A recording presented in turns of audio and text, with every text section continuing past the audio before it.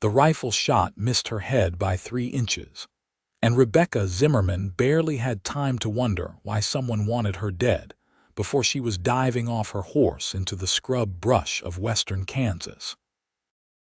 It was September 1878, and the sun beat down mercilessly on the trail between Concordia and the Rocky foothills, where her father's ranch sat nestled against the mountains. Rebecca had been asking questions all her life, questions that made the schoolteacher sigh, made her mother shake her head, made the ranch hands uncomfortable. But the question burning through her mind as she scrambled behind a boulder was the most important one yet. Who was trying to kill her, and why? Another shot rang out, splintering rock near her shoulder. Rebecca pressed herself flat against the stone, her heart hammering. She had no weapon. Her horse had bolted. The sun was beginning its descent toward the horizon, and she was alone. Then she heard it. A sound that made her blood run cold at first, then flood with relief. Hoofbeats, coming fast from the north.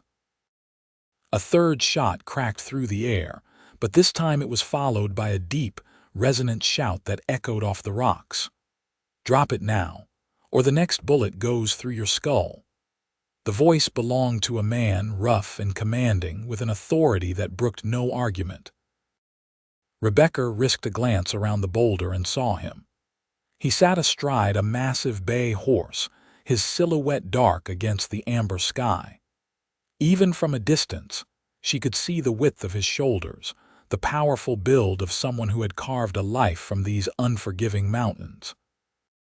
His hair fell past his shoulders, dark and wild, and in his hands he held a rifle that looked like an extension of his body. The shooter, whoever he was, apparently decided not to test the stranger's promise. Rebecca heard the sound of someone crashing through brush, running away. The man on the horse fired once into the air, a warning shot that sent birds scattering from nearby trees. Then he was dismounting, moving toward her with long strides that ate up the ground. As he came closer, Rebecca could see him more clearly. He was tall, well over 6 feet, with a broad chest and arms that strained against the worn fabric of his shirt. His face was tanned and weathered, with a strong jaw shadowed by several days' worth of beard.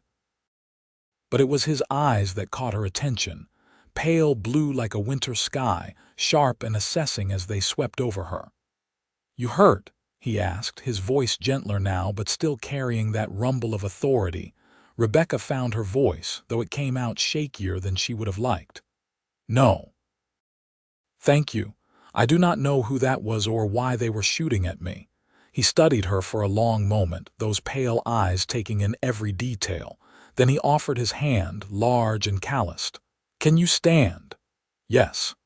She took his hand, and the strength in it was immediately apparent. He pulled her to her feet effortlessly, as though she weighed nothing at all. Up close, he was even more imposing. The muscles of his forearms were corded with veins, his chest broad enough to block out the sun. He smelled of leather and pine and something wild she could not quite name. "I am Rebecca Zimmerman," she said, brushing dust from her split riding skirt. "My father owns the ranch about 5 miles north of here. I know the place." He was scanning the surrounding hills, still alert. "Klaus Everett, I have a cabin up in the high country. What are you doing out here alone?" There it was, the question everyone asked. Not if she was all right, not what she had seen, but why was she alone? Rebecca felt her spine stiffen despite the fear still coursing through her veins. "I was coming back from town. I always ride this trail." Why does everyone assume a woman cannot travel alone safely? Klaus's eyes snapped back to her, and for the first time, something that might have been amusement flickered across his face. "Because someone just tried to kill you. Seems like a fair question." Rebecca opened her mouth, then closed it. He had a point. That has never happened before. First time for everything. He walked past her, studying the ground. "You make any enemies in town?" "I do not think so." But even as she said it, Rebecca felt uncertainty creep in. She had been asking questions in Concordia, lots of them. About the new banker who had arrived 6 months ago, about the sudden foreclosures on several ranches, about the men who had been seen surveying land that did not belong to them. Why would asking questions make someone want to shoot me? Klaus looked up from his examination of the ground. What kind of questions? So Rebecca told him. She told him about how her father had mentioned that several of their neighbors had lost their land to the bank, even though they had been making their payments.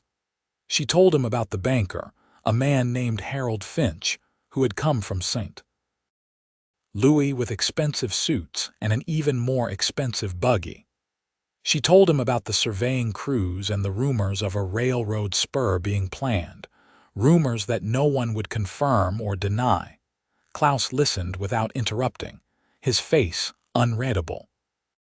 When she finished, he was quiet for a moment, still crouched near the tracks left by her attacker.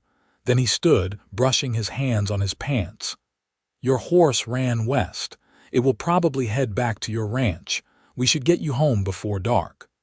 But what about what I just told you? Do you think someone tried to kill me because I was asking about the bank? I think, Klaus said slowly, walking back to his horse, that you should stop asking questions in town until we figure out who wants you quiet.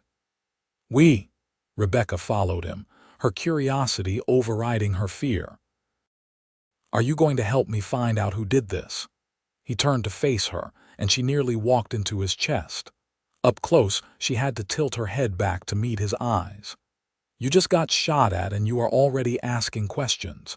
You do not scare easy, do you? I want answers. Do not you?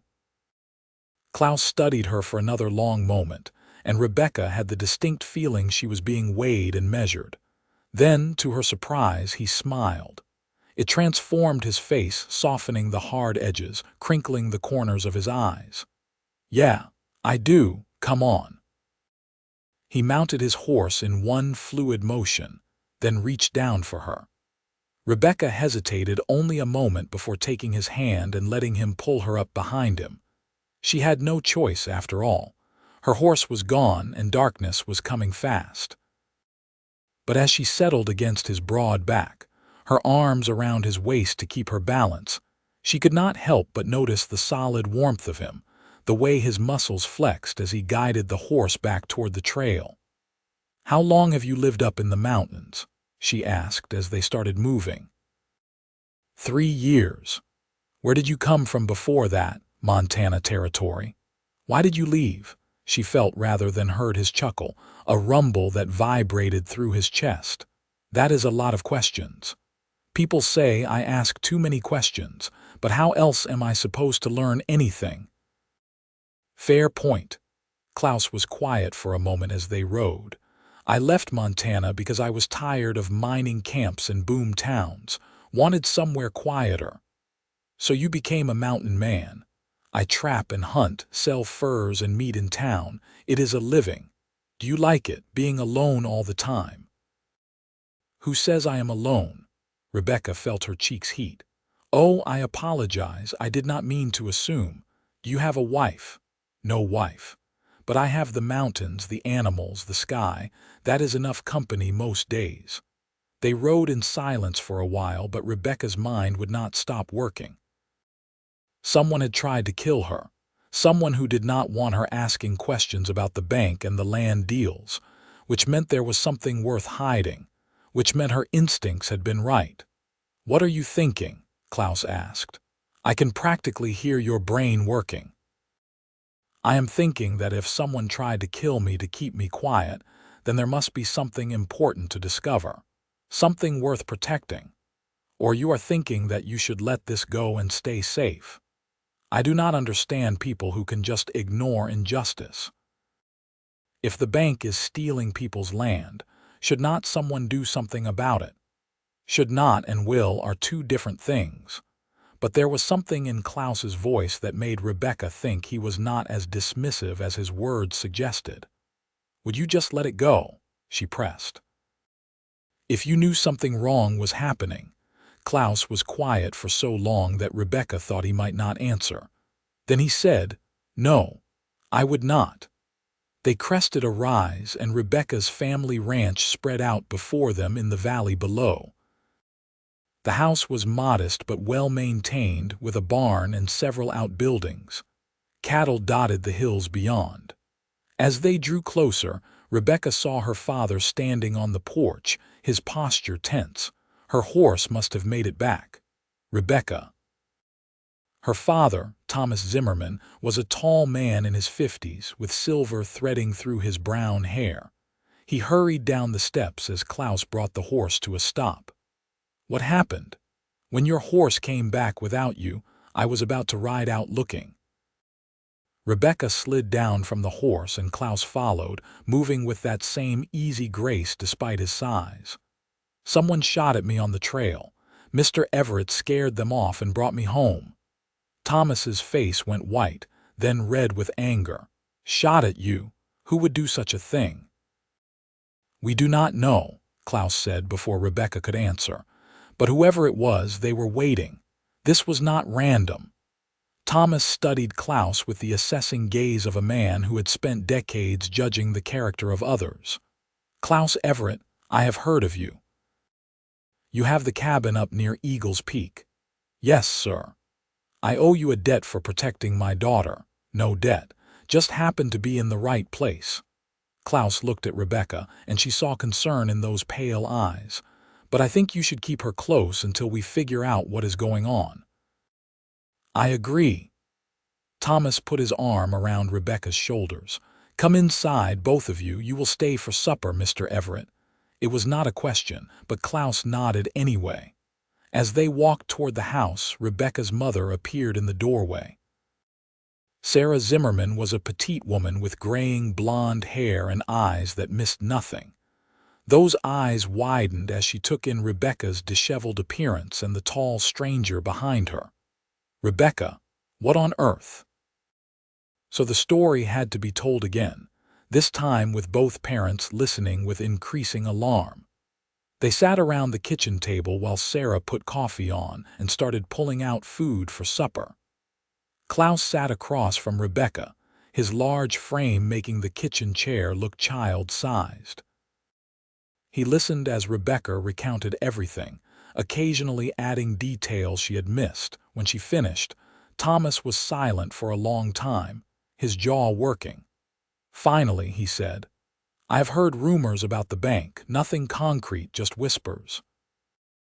But 3 ranches have been foreclosed in the past 6 months, ranches that should not have been in trouble." "Did any of them fight it?" Klaus asked. "One tried. John Hendricks. He said the bank was claiming he had missed payments, but he had receipts showing otherwise. The bank said their records were correct and his receipts were forged." "What happened to him?" Thomas's face darkened. "His barn burned down a week before the foreclosure hearing. He lost most of his cattle, could not afford to fight anymore, so he took what the bank offered and left. Last I heard, he was working on a ranch up in Nebraska." Klaus leaned back in his chair, his expression thoughtful. "Convenient fire." "What are you suggesting?" Sarah asked, setting coffee cups on the table. "I am suggesting that someone does not want anyone looking too closely at what the bank is doing." Klaus looked at Rebecca. "And your daughter has been looking very closely." The implication hung in the air, heavy and frightening. Rebecca felt her mother's hand on her shoulder, gripping tight. "Then she needs to stop," Sarah said firmly. "Mama, if the bank is stealing people's land, we cannot just let them get away with it. We can and we will if it keeps you safe." Sarah's voice was sharp with fear. "Thomas, tell her." But Thomas was looking at Klaus, not Rebecca. "What do you think we should do?" Klaus took a long drink of his coffee, considering. "I think we need more information, proof. Right now, all we have are suspicions and rumors. That will not hold up against a banker from St. Louis with lawyers." "How do we get proof?" Rebecca asked. "We do not do anything," Klaus said, his eyes meeting hers. "I will look into it." But I am the one who knows what to look for. I am the one who has been tracking the patterns. You are also the one someone just tried to kill. Klaus's voice was flat, brooking no argument. You stay here, stay safe. Let me handle this. Rebecca felt frustration surge through her. I am not some helpless child who needs to be protected. I can help. I did not say you were helpless. I said you were a target. Klaus stood, his height suddenly making the kitchen feel smaller. And until we know who is behind this, you need to stay out of sight. Mr. Everett is right, Thomas said quietly. Rebecca, I know you want to help, but your safety comes first. Rebecca looked from her father to Klaus, seeing the same implacable determination in both faces.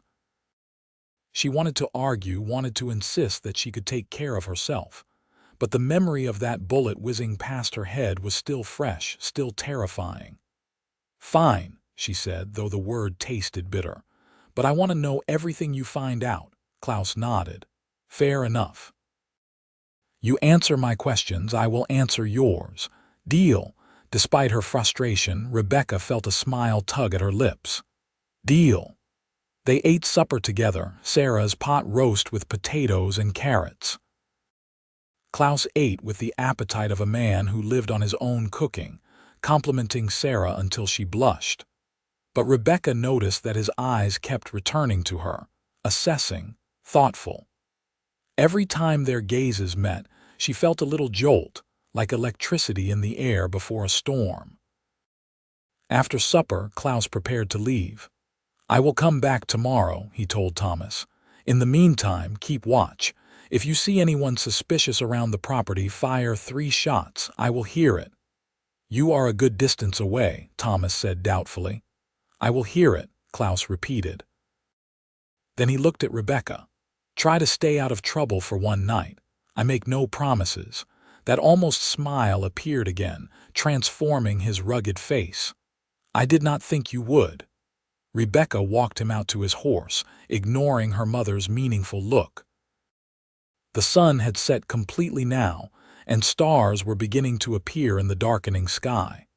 Klaus checked his saddle and rifle with practiced efficiency. Why are you doing this? Rebecca asked quietly. You do not know us. You could just go back to your cabin and forget this whole thing. Klaus paused, his hand on the saddle horn. When he looked at her, his expression was serious. Because someone tried to kill you today, and that is not right. Because if what you suspect is true, then people are losing everything they have worked for. And because. He stopped, seeming to search for words. Because you ask questions that need answering, and I respect that. Rebecca felt warmth spread through her chest, a feeling that had nothing to do with the lingering heat of the day. Thank you, Klaus. Get some rest, Rebecca. Tomorrow we start finding answers. She watched him ride away, his silhouette dark against the star-studded sky until he disappeared into the night. When she turned back to the house, her mother was waiting in the doorway. He is a good man, Sarah said quietly. You can tell that after one evening. I have been judging character for 30 years, Rebecca. That man would die before he let harm come to someone under his protection. Rebecca thought about the way Klaus had appeared on the trail, the command in his voice, the strength in his hands. Yes, she agreed. I think he would. That night, Rebecca lay in bed unable to sleep. Her mind kept replaying the shooting, the fear, the relief when Klaus had appeared. But she also kept thinking about the questions that still needed answering. Who was behind the foreclosures? What did they want? And why was her asking questions threatening enough to warrant murder? She must have eventually dozed off, because she woke to sunlight streaming through her window and the sound of voices downstairs. One of them was deep and familiar. Rebecca dressed quickly and hurried down to find Klaus sitting at the kitchen table with her father. Both men bent over what looked like a map. Morning, Klaus said, looking up. Sleep well. Well enough. What is that? Map of the area. Your father was showing me which properties have been foreclosed. Klaus pointed to several marked spots. See a pattern. Rebecca leaned over the table, studying the map. The foreclosed properties formed a rough line through the valley. They are all on the eastern side. And, Klaus prompted. Rebecca looked closer, her mind working. And they all border the creek, the one that runs from the mountains down toward Concordia. She looked up at Klaus, excitement building. Water rights. Someone wants control of the water. That is what I was thinking. Klaus sat back, and Rebecca tried not to notice the way his shirt pulled across his shoulders. With a drought the last 2 summers, water means everything. Control the creek, and you control every ranch downstream. But the bank cannot just take water rights, Thomas protested. Those stay with the original land grants. Unless the bank owns the land itself, Rebecca said slowly. If they foreclose, they get the land and the water rights. Then they can sell it all as one parcel for much more than individual foreclosures would bring. Klaus nodded. Railroad is coming through in the next year or 2. They will need water for steam engines, for workers, for the towns that will spring up along the line. Someone with water rights could make a fortune. So we need to prove the foreclosures were fraudulent, Rebecca said. We need to see the bank's records and compare them to what the ranchers have. Easier said than done. The bank is not going to just hand over their books. Rebecca bit her lip, thinking. What if someone were to apply for a loan? Then they would have to show their procedures, explain their terms. And who do you suggest we send? Klaus asked, though from the look in his eyes, Rebecca suspected he knew exactly what she was thinking. We send someone who looks like they have money to invest, someone respectable. She looked at her father. Papa, you could do it. Say you want to expand the ranch, buy more cattle. Thomas shook his head. Finch knows our situation. He would be suspicious if I suddenly wanted a large loan, but he looked thoughtful. Someone new to the area might work, someone with credentials. Both men looked at Klaus, who held up his hands. I am a mountain man. I do not exactly scream respectable businessman. But you could be a land investor from Montana, Rebecca said, the idea forming as she spoke. You sold mining interests and now you are looking to buy ranch land. You want to see the bank's lending terms before you decide where to invest. Klaus considered this, stroking his bearded jaw. It might work, but I would need documentation, references. Finch is not going to trust a stranger walking in off the street. I can help with that, Thomas said. I know a lawyer in Concordia who owes me a favor. He could draw up some impressive-looking papers. They spent the next hour working out the details. Klaus would ride into town the following week, giving them time to prepare the necessary documents. In the meantime, Thomas would quietly reach out to the foreclosed ranchers, see if any still had their payment records. If they could compare those records to what the bank claimed, they might have proof of fraud. Through it all, Rebecca watched Klaus. He was smart, she realized, much smarter than people probably gave him credit for. He asked the right questions, spotted the holes in their plans, suggested improvements. And every so often, he would look at her, really look at her, with those pale blue eyes that seemed to see straight through to her thoughts. What are you going to do while we set this up? She asked him when they took a break for lunch. I am going to visit John Hendricks up in Nebraska. See if he still has any records from his fight with the bank. Klaus accepted the sandwich Sarah offered him with a nod of thanks. It is a 3-day ride there and back. You going to be all right here? I will be fine. Papa can watch over me. I am more worried about you sneaking off to investigate on your own. Rebecca felt a flush creep up her neck. I promised I would stay safe. That is not the same as promising not to investigate. But Klaus was almost smiling again, that slight curve of his lips that made her stomach do strange things. Fine. I promise not to go into town or do anything dangerous while you are gone. Happy, getting there. He stood, gathering his things. I will be back in 3 days. 4 at most. If anything happens, if you see anything suspicious, you send someone to town for the marshal. The marshal is 60 years old and half blind, Thomas said dryly. Then at least he can serve as a witness.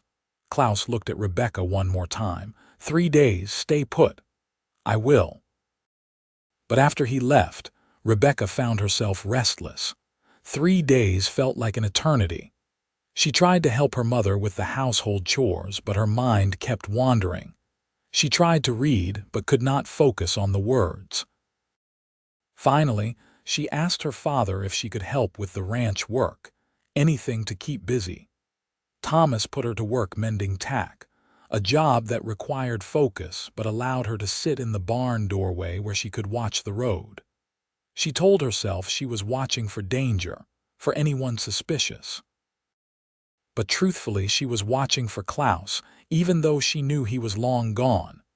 "You like him," Sarah said, appearing beside her with a basket of laundry. Rebecca fumbled the leather strap she was stitching. "Who? Do not play coy with me, young lady, Klaus Everett. You have been staring off into space all morning with a very particular look on your face. I am just thinking about the investigation." Sarah sat down on a nearby barrel, beginning to fold clothes. "He is handsome in a rough sort of way and clearly capable. Mama." "What?" "I am your mother. I notice these things." Sarah's expression softened. "He is also honorable, Rebecca. That matters more than looks or capability. The way he stepped in to help without asking for anything in return, that says something about his character." Rebecca focused very hard on the strap in her hands. "It does not matter. Once this is over, he will go back to his cabin in the mountains and we will probably never see him again." "Is that what you think?" "That is how these things work, is it not? He is a loner. He said so himself. He does not want company." Sarah was quiet for a moment, her hands still on the half-folded shirt. "Your father was like that, you know. When I met him, he was a scout for a wagon train, spent most of his time alone on the plains. Everyone said he would never settle down. What changed? I did. Or rather, we did. When you meet the right person, the life you thought you wanted suddenly does not seem as appealing as the life you could have together." Sarah smiled at some distant memory. "I asked him questions too, drove him half crazy at first. But he said later that he loved my curiosity, that I made him see the world differently." Rebecca thought about Klaus, about the way he answered her questions without irritation, the way he had said he respected her need for answers. 3 days is a long time," she murmured. "Then you had better stay busy." So Rebecca did. She mended tack, helped her mother with the vegetable garden, rode the fence line with her father to check for damage. But always in the back of her mind was the awareness of time passing. 1 day, 2 days. On the 3rd morning, she woke before dawn and could not go back to sleep. She was sitting on the porch watching the sunrise when she saw the rider coming from the north. Even at a distance, she recognized the way he sat his horse, the breadth of his shoulders. Relief flooded through her, sharp and sweet. Klaus dismounted in the yard and Rebecca had to restrain herself from running down the steps. Instead, she walked, forcing herself to move calmly even though her heart was racing. "You are back early," she said. "Found what I needed quickly." Klaus looked tired, dust-covered and worn, but his eyes lit up when he saw her. "You stay out of trouble. I kept my promise. Did you find anything useful?" "Let me water my horse and get some coffee, then I will tell you everything." Inside, with coffee and breakfast in front of him, Klaus spread out papers on the table. Hendricks kept copies of everything. His payment records, his receipts, even his correspondence with the bank, and it does not match what the bank claimed. Rebecca leaned over to look. These show he was current on all his payments. More than current. He was ahead by 2 months. Klaus pulled out another paper. But the bank's foreclosure notice claimed he was 6 months behind, Either their bookkeeping is the worst in history, or someone was cooking the books. Thomas studied the documents, his expression grim.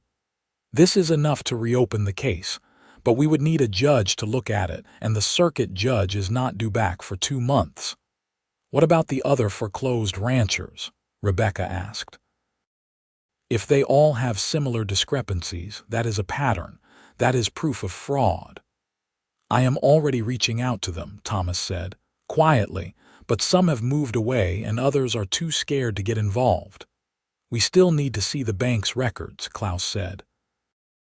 We need to prove they deliberately falsified their books, which means we go ahead with the plan. I go in as a potential investor, see what I can learn. The next few days were a flurry of preparation. The lawyer in town drew up documents identifying Klaus as a representative of a Montana mining syndicate interested in purchasing ranch land. Thomas coached him on what questions to ask, what terms to look for. And Rebecca, frustrated by her enforced inactivity, peppered Klaus with her own questions whenever he came by. What will you do if Finch suspects something? She asked one afternoon. They were in the barn, and Klaus was checking his rifle while Rebecca ostensibly organized the tool bench. I will improvise. That is not a plan. That is the only plan I have. You cannot account for every possibility, Rebecca. Sometimes you just have to react to what happens. She watched him work, his large hands moving with surprising delicacy as he cleaned and oiled the weapon. Are not you nervous? Scared men make mistakes. I prefer to stay calm. How do you do that? Stay calm, I mean, when you do not know what is going to happen. Klaus looked up from the rifle, really looked at her. I trust myself to handle whatever comes. And I trust the people I am working with to have my back. I would have your back, Rebecca said quietly. If you let me come with you. I know you would. But this is something I need to do alone. Finch is less likely to be suspicious of one man than of a man with a woman asking questions. I ask good questions. You ask brilliant questions. But right now, I need you to be safe more than I need your questions. Klaus set the rifle aside and stood, moving closer. I need to know you are here protected so I can focus on what I am doing. Can you give me that? Rebecca wanted to argue, wanted to insist that she could help. But looking up into Klaus's face, seeing the genuine concern there, she found herself nodding. Fine, but you come back and tell me everything. Every detail. He reached out and for a moment, Rebecca thought he was going to touch her face. Instead, he adjusted the collar of her shirt which had gotten folded under. But his fingers brushed her neck, and the contact sent shivers down her spine. I promise. The next morning, Klaus rode into Concordia. Rebecca spent the day in an agony of waiting, unable to focus on anything. She snapped at her mother, apologized, then snapped again. Finally, Sarah sent her outside to work off her nervous energy. Rebecca was mucking out stalls when she heard the hoofbeats. She dropped the pitchfork and ran outside, her heart in her throat. But it was not Klaus returning. It was one of their ranch hands, a young man named Billy, and he looked frightened. Miss Rebecca, your father sent me to get you. There is trouble in town. Rebecca felt ice flood her veins. What kind of trouble? That mountain man, the one who has been helping your pa. He got into it with some men at the bank. There was shooting. Someone said he was hurt. Rebecca did not remember making the decision to move. One moment she was standing in the barn doorway, the next she was running for the corral. Saddle my horse. Now, your father said to bring you in the wagon, said it was safer. I am not waiting for a wagon. Saddle my horse. Billy, wise enough not to argue with the look on her face, moved quickly. Within minutes, Rebecca was galloping down the road toward Concordia, her heart pounding in time with her horse's hoofbeats. He had to be all right. He had to be. The alternative was unthinkable. The 5-mile ride felt like 50. By the time Rebecca reached the outskirts of town, her horse was lathered and she could taste dust in her mouth. She urged the animal faster, not caring about the startled looks from people on the street. The bank was in the center of town, a two-story brick building that stood out among the mostly wooden structures. A crowd had gathered outside. Rebecca dismounted before her horse had fully stopped, pushing through the people. "Let me through. I need to get through." "Rebecca." Someone grabbed her arm. It was the lawyer, Mr. Carson, his face grave. "You should not be here." "Where is he? Where is Klaus? The doc has him." "But Rebecca, it is bad. He took a bullet to the shoulder, maybe another to the side. There was a lot of blood." Rebecca wrenched her arm free and ran for the doctor's office, 2 buildings down. The door was unlocked. She burst in to find Dr. Morrison, an older man with steady hands and kind eyes, bent over a figure on the examination table. Klaus lay there, his shirt cut away, blood staining the white sheet beneath him. His eyes were closed, his face pale beneath the tan. For one horrible moment, Rebecca thought she was too late. Then his chest rose and fell, and relief nearly brought her to her knees. "Miss Zimmerman, doctor," Morrison said without looking up. He was probing a wound in Klaus's shoulder. "You should wait outside." "Is he going to be all right?" "The shoulder wound is clean. Bullet went straight through, but there is another graze along his ribs that bled quite a bit. He lost some blood, but he will survive. Now please, I need to work." Rebecca should have left. She knew she should have left, but her feet would not move. She stood frozen, watching as the doctor worked, cleaning and stitching the wounds. At some point Klaus's eyes opened, hazy with pain. "They found her immediately." "You did not stay at the ranch," he mumbled. "You got shot, so I am calling it even on broken promises." That almost smile again, though it looked painful. "Fair." Then his eyes closed again and Dr. Morrison shooed Rebecca out. She found herself in the waiting room, trembling with reaction. She sank into a chair and put her face in her hands, trying to steady her breathing. The door opened, and Marshal Davis came in, looking harried. Despite his age and poor eyesight, he was still the law in Concordia. "Miss Zimmerman, I need to know what your involvement is in all this." So Rebecca told him. She told him everything about the suspicions regarding the bank, about Klaus agreeing to investigate, about the documents from John Hendricks. Marshal Davis listened, his expression growing more serious by the minute. "You should have come to me with this from the start," he said when she finished. "Would you have believed us without proof?" The marshal was quiet for a moment. "Probably not. Finch is a respected businessman. I would have needed evidence before investigating him." He sighed, suddenly looking every one of his 60 years. "What happened today at the bank? I do not know. I was not there. I will need to get Klaus's statement when he is able. But from what witnesses said, Klaus was meeting with Finch when several men came in. They drew on Klaus first. He was defending himself. Who were the men? That is the interesting part. They were not from around here, strangers in town less than a week, professional guns by the look of them. Rebecca felt cold wash over her. Someone hired them. That would be my guess. Which means someone was expecting Klaus to cause trouble at the bank. Someone was ready for him. They looked at each other, and Rebecca saw her own realization mirrored in the marshal's face. "Someone warned Finch," she said. "Someone told him Klaus was not really an investor. Looks that way. Question is who?" Rebecca thought about everyone who had known about the plan. Her parents, Klaus, the lawyer. Mr. Carson knew. He drew up the documents. Marshal Davis shook his head. "I have known James Carson for 20 years. He is as honest as they come, but someone could have overheard. Someone could have been watching your place." The implication was chilling. If someone had been watching the ranch, then they had all been in danger, still were probably. Rebecca stood abruptly. "I need to send word to my parents. They need to know what happened." "I will send a deputy."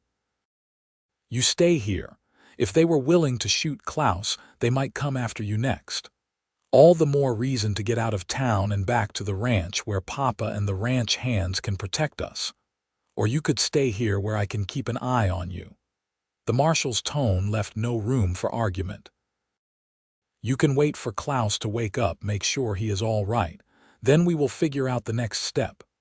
Rebecca wanted to argue, but exhaustion was catching up with her. The fear, the frantic ride, the shock of seeing Klaus bleeding. She nodded, sinking back into the chair. "How long until he wakes up?" Doc gave him laudanum for the pain. "Probably a few hours." So Rebecca waited. The marshal left to continue his investigation. The doctor came out once to tell her Klaus was resting comfortably. And still she waited, as the afternoon sun slanted through the windows and shadows grew long. Finally, as evening approached, Dr. Morrison emerged again. "He is asking for you." Rebecca bolted from the chair and into the back room. Klaus was awake, propped up on pillows, his shoulder bandaged and his torso wrapped. He looked pale but alert, his eyes tracking her as she approached. "You should not have come to town," he said, his voice rough. "You should not have gotten shot. I tried to avoid it. Turns out those men were better shots than I expected." He winced, shifting slightly. "Finch knew, Rebecca. Somehow he knew I was not who I claimed to be. The guns were waiting when I got there. The marshal thinks someone was watching the ranch. They must have seen us planning. Or someone in town has loose lips." Klaus reached for a glass of water on the side table, and Rebecca quickly moved to help him. His hand covered hers on the glass, warm and solid. "Thank you, for water, for coming, for caring." His pale eyes held hers. "I know we barely know each other. But having you here, knowing you were worried about me, that means something." Rebecca felt heat rise in her cheeks. "Of course I was worried. You are helping us. You could have died." "Is that the only reason?" She should have said yes. Should have kept things professional, distant. But looking at Klaus, at the honesty in his face, she could not lie. "No, that is not the only reason." Something shifted in Klaus's expression, softening it. "Good, because I have been thinking about you every day since we met, about your questions, your determination, your courage. I was trying to figure out how to tell you that without sounding like a fool." "You do not sound like a fool." Rebecca sat carefully on the edge of the bed. "You sound like someone who says what he means. I like that about you. I like everything about you." Klaus said it simply, as though it was a fact rather than a confession. "Your curiosity, your sense of justice, the way you do not back down even when you are scared, the way you look at me like I am more than just a mountain man living alone. You are more than that. Anyone who really looks can see that." Klaus lifted his free hand and gently touched her face, his calloused fingers surprisingly soft against her skin. "I want to court you proper, Rebecca. Once this is all over and I am healed up. I want to come to your house and sit on your porch and ask you questions while you ask me yours. I want to see if this thing between us is real or just danger making us feel more than we should." Rebecca leaned into his touch. "I already know it is real." "You do." "I have been around men all my life. Ranch hands, cowboys, men from town. None of them ever made me feel the way you do. Like I can be exactly who I am, questions and all, and that is not just acceptable but valued. So yes, I know it is real." Klaus pulled her down gently, mindful of his injuries, and kissed her. It was soft and sweet and tasted like possibility. When they parted, both were breathing harder. "That is a good start to a courtship," Rebecca said, and Klaus laughed, then winced. "Do not make me laugh, it hurts." "Then I will try to be very serious and somber." "Please do not. I love your smile too much." They sat together as the light faded outside, talking quietly. Klaus told her what had happened at the bank, how Finch had been evasive about the bank's lending practices, how the hired guns had appeared at precisely the wrong moment. Rebecca told him about her suspicions regarding who might have warned Finch, and they theorized together about the next steps. Dr. Morrison came in eventually to shoo Rebecca out so Klaus could rest. "You can come back tomorrow," he told her. "But tonight, this man needs sleep to heal." "I will be at the hotel," Rebecca told Klaus. "The marshal said I should not travel back to the ranch tonight. He is right." "It is not safe." Klaus caught her hand. "Be careful, Rebecca. Whoever is behind this, they are getting desperate. Desperate people do dangerous things." "I will be careful. You focus on healing."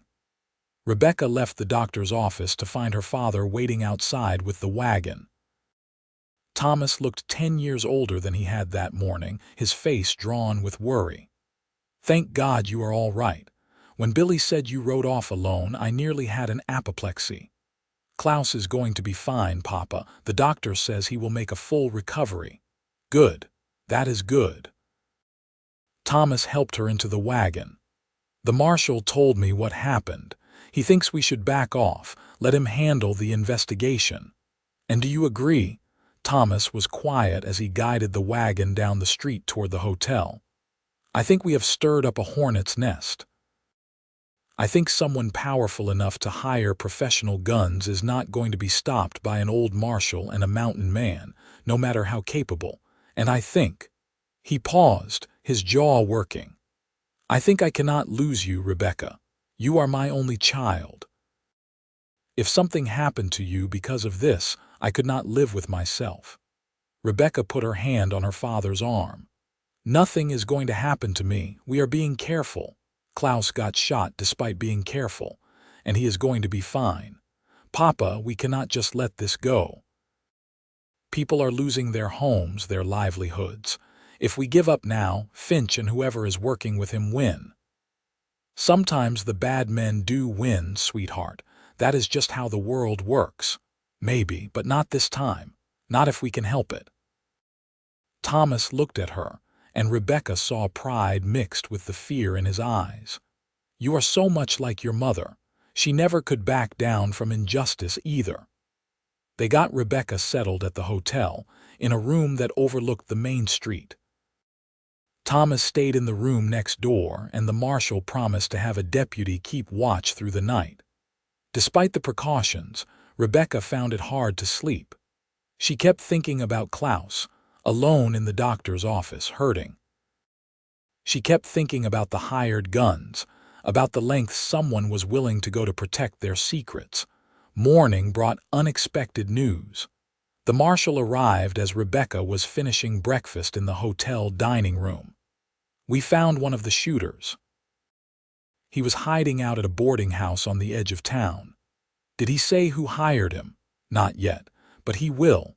Men like that always talk eventually." Marshal Davis sat down across from her. "I also sent a telegram to the territorial marshal in Topeka, told him what is going on. He is sending someone to investigate the bank." "How long will that take?" "Week, maybe 2. In the meantime, I want you to go home and stay there. Let the law handle this now." Rebecca knew he was right. With Klaus injured and hired guns in play, continuing to investigate was more than dangerous. It was foolhardy. "Can I see Klaus before I leave? Doc says he had a good night. You can visit, but make it quick. The sooner you are out of town, the safer you will be." Klaus was sitting up when Rebecca entered the back room, looking much better than he had the night before. Some color had returned to his face and his eyes were clear and alert. "Come to say goodbye, just for now. The marshal wants me back at the ranch where it is safe." "Good. I was going to insist on it if he did not." Klaus motioned for her to come closer. "He tell you about the shooter they caught?" "Yes." "Do you think he will talk if Davis pushes hard enough? But even if he does not, the territorial marshal coming in changes things. Finch will know his time is limited. He might make a mistake, get careless, or he might get more dangerous." "That too."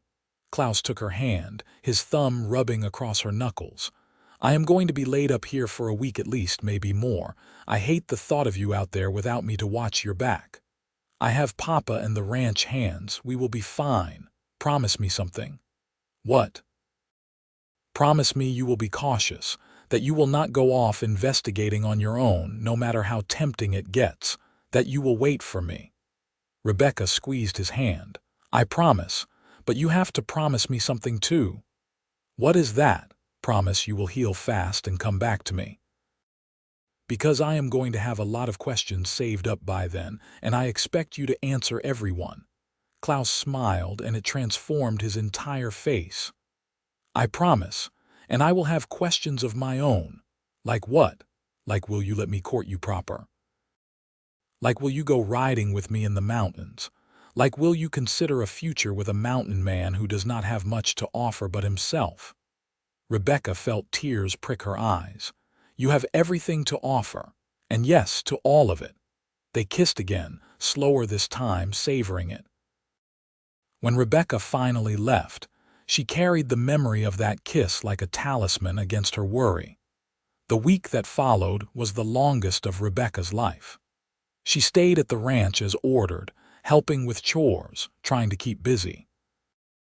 But her mind was always in town, wondering about Klaus, about the investigation, about what was happening. Her father made daily trips to Concordia for news, and each time he returned, Rebecca peppered him with questions. Klaus was healing well, he reported. The shooter had started talking, claiming he had been hired by a man in St. Louis, though he did not know the man's name. The territorial marshal had arrived and was going through the bank's records, and Finch had disappeared. "Disappeared," Rebecca repeated. "What do you mean disappeared?" "Left town 3 days ago. Told his clerk he had business in Kansas City, but no one believes him. The marshal thinks he ran once he knew the territorial authorities were involved." Rebecca felt frustration coil in her stomach. "So he is just going to get away with it?" "Not necessarily." The territorial marshal found evidence of fraud in the bank records. Systematic changing of payment dates, falsified documentation, forged signatures. It is enough to reopen all the foreclosure cases. But without Finch to testify against whoever was behind it, they might not be able to prosecute fully. "There has to be something more we can do." Thomas looked at his daughter, his expression weary. "Rebecca, sometimes you have to accept that you did your best. You uncovered the fraud. You brought in the authorities. That is more than most people would have done. But it did not feel like enough. It felt like failure, like the bad men were winning after all." Rebecca threw herself into ranch work with renewed energy, trying to outrun her frustration. She rode fence lines until her legs ached. She helped with the cattle until her arms were sore. She asked her father 1,000 questions about ranching, about business, about justice and law. 10 days after the shooting, Klaus rode up to the ranch. Rebecca saw him from the barn and dropped the rope she had been coiling, her heart leaping into her throat. He sat his horse a bit carefully, clearly still tender, but he was there. He was whole. She made herself walk to meet him, not run, though it took every ounce of self-control she possessed. Klaus dismounted slowly, and then they were standing face to face, just looking at each other. "You healed fast," Rebecca said. "I had motivation." Klaus reached out and tucked a strand of hair behind her ear. "I missed you. I missed you too, so much." Then they were in each other's arms, Klaus holding her carefully but firmly, and Rebecca pressing her face into his chest. He smelled like leather and pine and something uniquely him, and she breathed it in like it was air. "I have so many questions," she mumbled against his shirt. She felt his chest rumble with laughter. "I expected nothing less. Ask away." So they sat on the porch, and Rebecca asked everything, about his recovery, about what he had heard regarding the investigation, about the future. Klaus answered each question patiently, then asked his own. About how she had spent the days, about whether she had thought about him, about whether she was still willing to be courted by a mountain man. "More than willing," Rebecca assured him, "but I have to warn you, I come with a lot of questions. I would be disappointed if you did not." Klaus took her hand, lacing his fingers through hers. "Your questions are one of the things I love about you." Rebecca felt her breath catch. "Love?" Klaus met her eyes steadily. "Is it too soon to say that? Maybe, but it is true. I love your curiosity, your courage, your determination. I love the way you see injustice and cannot just walk away. I love who you are, Rebecca Zimmerman." "I love you too," Rebecca said, the words coming easily because they were true. "I think I have since you answered my questions on the trail that first day." They kissed then, long and sweet, until Sarah came out onto the porch and cleared her throat meaningfully. "Rebecca Jane Zimmerman, you are kissing a man who is not your intended." Klaus and Rebecca broke apart, both flushing, but Klaus stood and faced Sarah squarely. "Mrs. Zimmerman, I would like your permission to court your daughter with the intention of marriage." Sarah's stern expression softened. "You have my permission, and Thomas's, though you should ask him formally. But Klaus—" "Yes, madam," you heard her, "and I will shoot you myself, mountain man or not." Klaus grinned. "Fair enough. I would expect nothing less." Over the next several weeks, Klaus became a regular fixture at the ranch.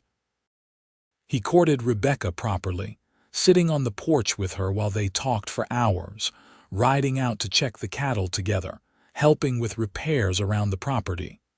And always, there were questions. Rebecca asked about his past, about his family, about why he had chosen the life of a mountain man. Klaus answered honestly, telling her about growing up in Montana Territory, about losing his parents to fever when he was 19, about drifting for years before finding the mountains and the peace they offered. "But I am not sure I want that life anymore," he admitted one evening. They were sitting by the creek that ran through the Zimmerman property, watching the sun set. "The solitude was good when I needed it, but now, knowing you, I cannot imagine going back to being alone." "What do you want instead?" Rebecca asked. Klaus turned to look at her, his pale eyes serious in the fading light. "I want a life with you. I want to wake up next to you every morning and fall asleep with you every night. I want to answer your questions and ask my own. I want to build something together, whether that is a ranch or a homestead or whatever we decide, as long as it is together. I want that too." Rebecca leaned against his shoulder, careful of his still healing injuries. "But I have to ask, are you sure? You barely know me." "We have only been courting for a few weeks. I know everything I need to know. I know you are brave and smart and kind. I know you fight for what is right. I know being with you makes me want to be a better man." Klaus wrapped his arm around her. "How much more do I need to know?" "What my favorite color is, blue, my favorite food, your mother's pot roast, my biggest fear." Klaus was quiet for a moment. "That you will ask a question no one can answer, that you will encounter a problem you cannot solve, that you will fail somehow." Rebecca twisted to look at him. "How did you know that?" "Because I pay attention. Because I watch you struggle with the fact that Finch got away. Because I see how hard you are on yourself when things do not go the way you hoped." He cupped her face gently. "But Rebecca, you did not fail. You uncovered fraud, you helped people get their land back, you made a difference. That matters. But the person behind it all is still out there. Maybe, or maybe Finch was working alone and he is the one paying the price now, living on the run. Either way, you did your part. You cannot control everything." Rebecca knew he was right, but it was hard to accept. "I just wish I knew for certain." "Then let me tell you what I know for certain. I know I love you. I know I want to marry you. And I know I am going to spend the rest of my life answering your questions and thanking God I found someone who is not afraid to ask them." Rebecca felt tears well up, the good kind this time. When what? When do you want to marry me?" Klaus smiled. "How about as soon as you say yes?" "Then yes. Yes, I will marry you, Klaus Everett." They were married in October when the leaves were turning gold and the air had the first bite of coming winter. It was a small ceremony in Concordia with Rebecca's parents, a few ranch hands, Marshall Davis and Dr. Morrison in attendance. Rebecca wore a simple white dress that her mother had worn at her own wedding. Klaus wore new clothes bought specially for the occasion, though he drew the line at shaving his beard.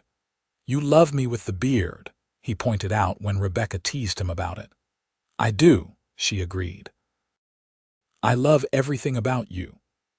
After the wedding, they settled into a small house that Klaus had been building on the Zimmerman property, close enough to help with the ranch but far enough to have privacy. It was simple but well made, with a large kitchen for Rebecca, a workshop for Klaus, and big windows that let in the light. The territorial marshal's investigation concluded that winter. Finch was found in St. Louis, trying to board a train east. He was arrested and brought back to Kansas to stand trial. Under pressure, he admitted to systematically defrauding ranchers, though he insisted he had acted alone. The foreclosed properties were returned to their original owners, and the bank was put under new management. Rebecca and Klaus attended the trial, and Rebecca testified about her investigation. Watching Finch be sentenced to 10 years in prison should have felt like victory. Instead, Rebecca felt only a quiet satisfaction. Justice had been served, but the real victory had come earlier when the ranchers got their land back. "You did good," Klaus told her as they rode home after the sentencing. "We did good," Rebecca corrected. "I could not have done it without you. We make a good team. The best." Life settled into a comfortable rhythm. Klaus helped Thomas run the ranch, his mountain skills translating surprisingly well to cattle work. Rebecca kept the books and handled the business side, her mind for numbers and her persistence in tracking down answers making her invaluable. And in the evenings they would sit together and talk, Klaus answering Rebecca's endless questions and asking his own. "What are you thinking about?" Klaus asked one night. They were in their bed, Rebecca curled against his side, his arm around her shoulders. "I am thinking about how lucky I am. How I almost got killed for asking questions, and instead I found you. I am the lucky one. I was living alone in the mountains, thinking that was all I needed. Then you came along asking questions, and suddenly alone was not enough anymore. Do you ever miss it? The solitude?" Klaus considered this.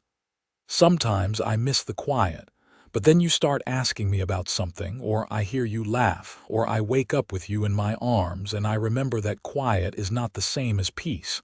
You give me peace, Rebecca, even when you are asking a million questions. I cannot help it. I always want to know more. I know, it is who you are, and I love who you are." They were quiet for a while, and Rebecca thought Klaus had fallen asleep. Then he said, "I have a question for you." "What is it?" "How do you feel about children?" Rebecca smiled in the darkness. "I think I would like some." "Why?" "Because I want to have children with you. I want to raise them to be curious like you and capable like me. I want to teach them to ask questions and find answers. I want to build a family." "I want that too." Rebecca turned to kiss him. "But right now I am happy with just us." "Me too. We have time." And they did. They had all the time in the world. Over the next year they built their life together. Klaus taught Rebecca how to track and hunt. Rebecca taught Klaus how to read better, spending long evenings going through books together. They worked the ranch alongside Thomas, and when Sarah's health began to fail, they cared for her together until she passed peacefully in her sleep. It was hard, losing Sarah, but it brought Rebecca and Klaus even closer. Klaus understood grief, having lost his own parents, and he knew when Rebecca needed space and when she needed to be held. And Rebecca found that being able to ask Klaus anything, Even the hard questions about life and death and meaning helped her process the loss. 2 years after their wedding, Rebecca discovered she was pregnant. Klaus was chopping wood when she told him, and he nearly dropped the axe. "You are sure?" Dr. Morrison confirmed it this morning. "We are going to have a baby, Klaus." He swept her up in his arms, spinning her around until she laughed and told him to put her down. "I am going to be a father. We are going to have a family. Are you happy?" Happy does not even begin to cover it. Klaus set her down carefully, his hands going to her still flat stomach. "When?" "Early spring. April, the doctor thinks." Klaus's face, already transformed by joy, seemed to glow. "A spring baby, that is perfect." Rebecca gave birth to a son in April of 1881. They named him Thomas Klaus Everett, after both grandfathers. He had Klaus's pale blue eyes and Rebecca's dark hair, and from the very beginning he was curious about everything.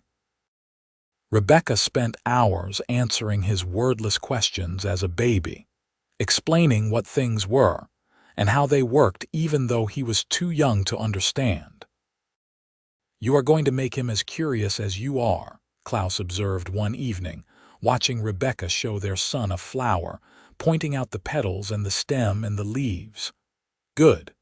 The world needs more people who ask questions." Klaus came to sit beside them, wrapping his arm around Rebecca. "You know what question I have?" "What? How did I get so lucky? How did a mountain man who was living alone end up with a brilliant wife and a beautiful son?" "You answered my questions. That is all it took. Best decision I ever made." They had 2 more children over the next few years. A daughter they named Sarah Rebecca Everett, and another son they called James. The house got louder, more chaotic, filled with the sound of children's laughter and endless questions. And Klaus answered every single one, patient and thorough, just as he had always answered Rebecca's.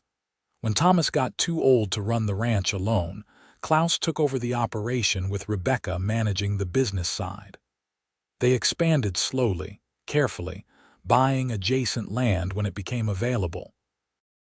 The ranch prospered under their care, becoming one of the most successful in the region. But more than the success, more than the land or the cattle or the money, what mattered was the life they had built together. A life based on honesty and trust, and the freedom to ask any question without fear of judgment. A life where curiosity was celebrated and answers were sought together. "You remember when we met?" Rebecca asked Klaus one evening. They were in their 40s now, their children grown with families of their own. They sat on the porch of their house, watching the sun set over the mountains. "I remember a woman who had just been shot at asking me why I thought someone wanted to kill her." Klaus smiled at the memory. "Most people would have been too scared to think straight, but you were already trying to solve the puzzle. You did not think I was strange for asking so many questions. I thought you were brilliant, still do." Klaus took her hand, his fingers lacing through hers like they had 1,000 times before. "You changed my life, Rebecca. Gave me a purpose, a family, a reason to come down from the mountains. You changed my life too.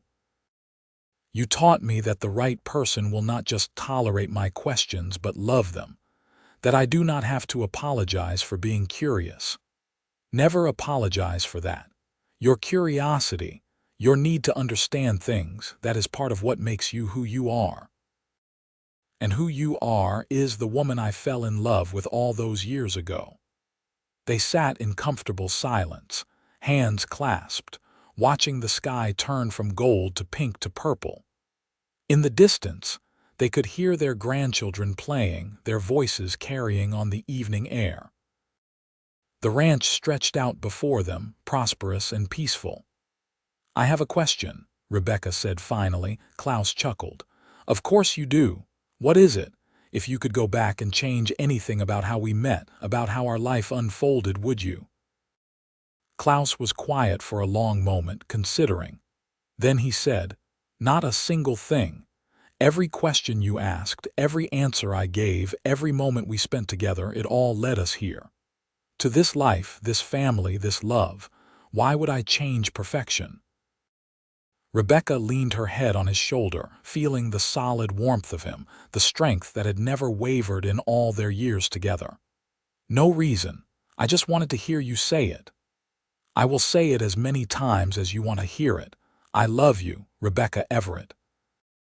I love your questions and your curiosity and your brilliant mind. I love the life we built and the family we made. I love every single moment of the past 20 years, and I am looking forward to every moment of the years to come. Even if I keep asking questions. Especially if you keep asking questions. Klaus kissed the top of her head. What would life be without your questions and my answers? That is who we are. That is our story. And it was. From that first meeting on a dusty trail in Kansas, through danger and investigation and falling in love, through marriage and children and building a life together, their story had been written in questions and answers. Klaus had seen Rebecca's curiosity not as a flaw but as a gift, had encouraged it rather than stifled it. And Rebecca had found in Klaus someone who not only answered her questions but asked his own, someone who matched her strength with his, her curiosity with his wisdom. They grew old together on that ranch in Kansas, surrounded by family and friends, respected in the community for their integrity and their fairness. Klaus never stopped being the strong, capable mountain man who had saved Rebecca's life, but he also became a devoted husband, a loving father, a doting grandfather. And Rebecca never stopped asking questions, her mind sharp and curious even as her hair turned silver and her step slowed. When Klaus died at the age of 78, peacefully in his sleep with Rebecca beside him, the whole county mourned. He had been a fixture in their lives, a man you could count on, someone who kept his word and protected those he loved. But none mourned him more than Rebecca, who had lost her partner, her love, her person who answered every question. She lived another 10 years after Klaus passed, surrounded by her children and grandchildren and great-grandchildren. And when visitors came to see her, drawn by her reputation as the woman who had helped expose bank fraud all those years ago, she would smile and tell them the real story. Not about fraud or danger or investigation, but about a mountain man who had answered her questions and asked his own. About falling in love on the Kansas plains, about building a life based on curiosity and trust and the freedom to be yourself. He saw who I was, she would say, her eyes distant with memory but still sharp with intelligence, and he loved me for it, not despite my questions but because of them.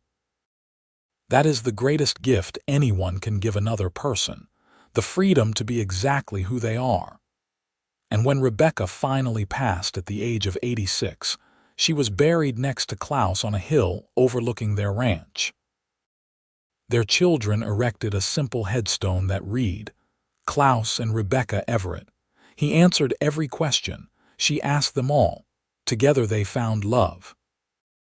It was a fitting tribute to a love story that had begun with danger and questions, that had been built on honesty and trust, and that had lasted a lifetime.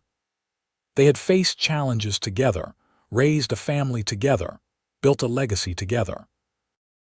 And through it all, from their first meeting to their final days, their relationship had been defined by Klaus answering Rebecca's questions and asking his own, by Rebecca's endless curiosity and Klaus's patient wisdom. Theirs was a love that had transformed them both, that had brought a mountain man down from his solitude and given a curious woman the partner she needed.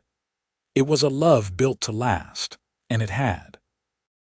Through all the years and all the changes, through joy and sorrow, through questions and answers, their love had endured. And that, more than anything else, was the answer to the most important question of all.